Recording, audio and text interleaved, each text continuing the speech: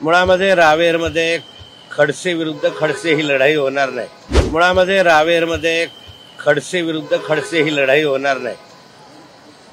रोहिणीताई खडसे किंवा मी तर माझ्या प्रकृतीच्या कारणासाठी फार पूर्वीपासूनच डॉक्टरांच्या सल्ल्यानुसारच निवडणुका लढवू अशा स्वरूपाचं एक धोरण घेतलं होतं। मला डॉक्टरांनी अजून या संदर्भातली परवानगी दिलेली नाही, त्यामुळे मी रावेर मतदारसंघामध्ये उमेदवारी करू इच्छित नाही।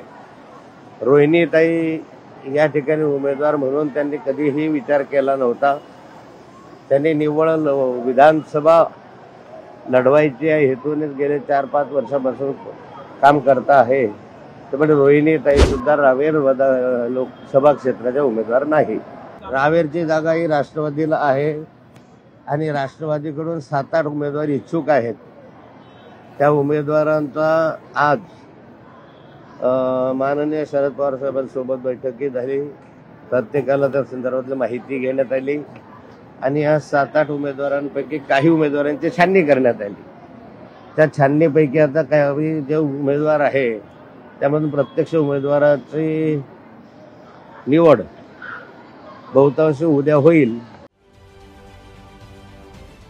महाराष्ट्रातील सर्व बातम्यांचे विश्वासार्ह व्यासपीठ, सकाळच्या सर्व सोशल मीडिया प्लॅटफॉर्मला लाईक, फॉलो आणि सबस्क्राईब करा। तसंच सर्व नोटिफिकेशनसाठी बेल आयकॉन प्रेस करायला विसरू नका।